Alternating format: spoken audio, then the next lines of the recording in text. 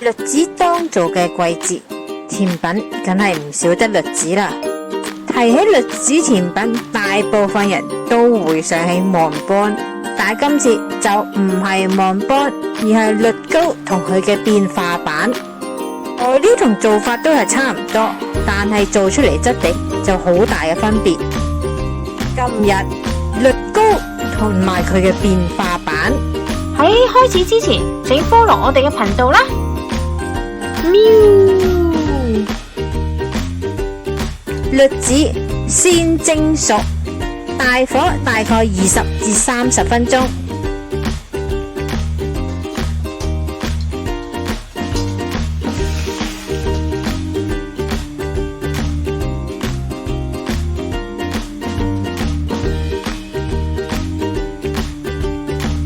放涼，打成碎粒。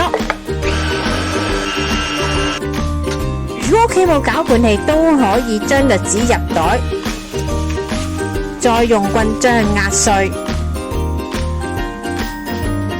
加入軟化嘅麥芽糖，麥芽糖除咗可以增加甜度，都可以增加佢嘅濕潤度，令到栗子蓉可以黐埋一齊。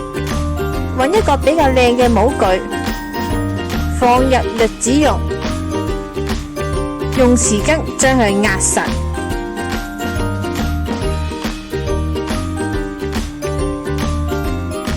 裝上保鮮紙，放入冰箱等佢雪硬。變化版嘅做法其實一模一樣，係將佢打成蓉之後過篩，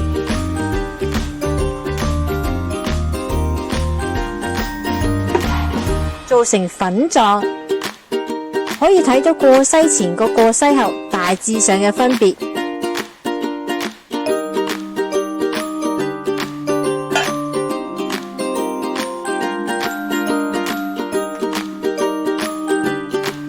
細火加入砂糖、粟膠、少許嘅水，炒至成團，令到香味比較好。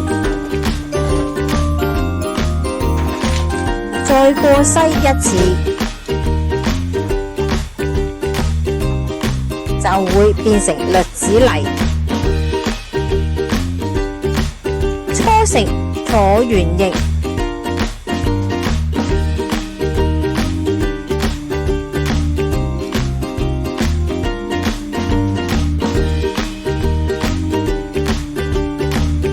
畫上花紋，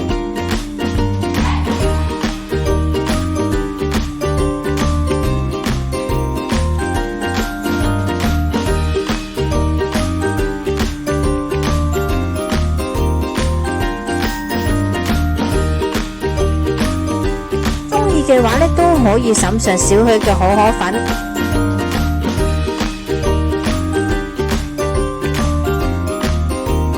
入爐150度，大概20分鐘。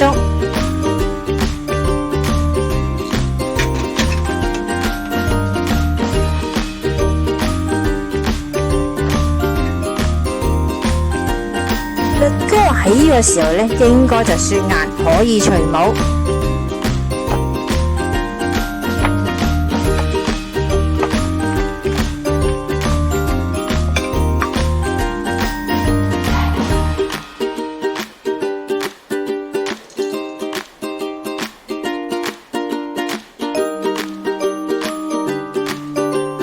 栗糕嘅質地因為水分比較少，栗子嘅狀態比較粗，所以食落呢會比較乾身。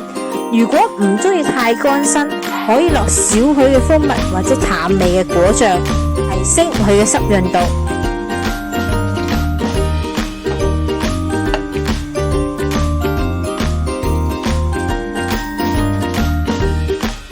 今日嚟到呢度啦，詳細嘅食譜我哋會擺落 Facebook 嗰度。